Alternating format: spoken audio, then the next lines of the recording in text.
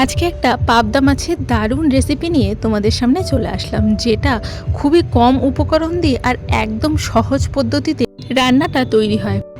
প্রথমেই আমি পাবদা মাছের মধ্যে নুন, হলুদ গুঁড়ো আর দিয়েছি কাঁচা সর্ষের তেল।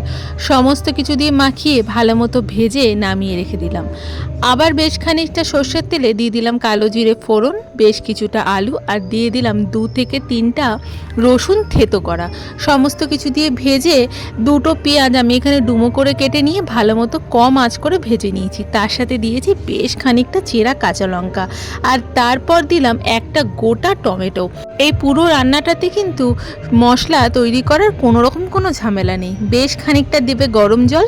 এই মাছের ঝোলটা একদম পাতলা টালটেলে ভীষণ সুন্দর লাগে।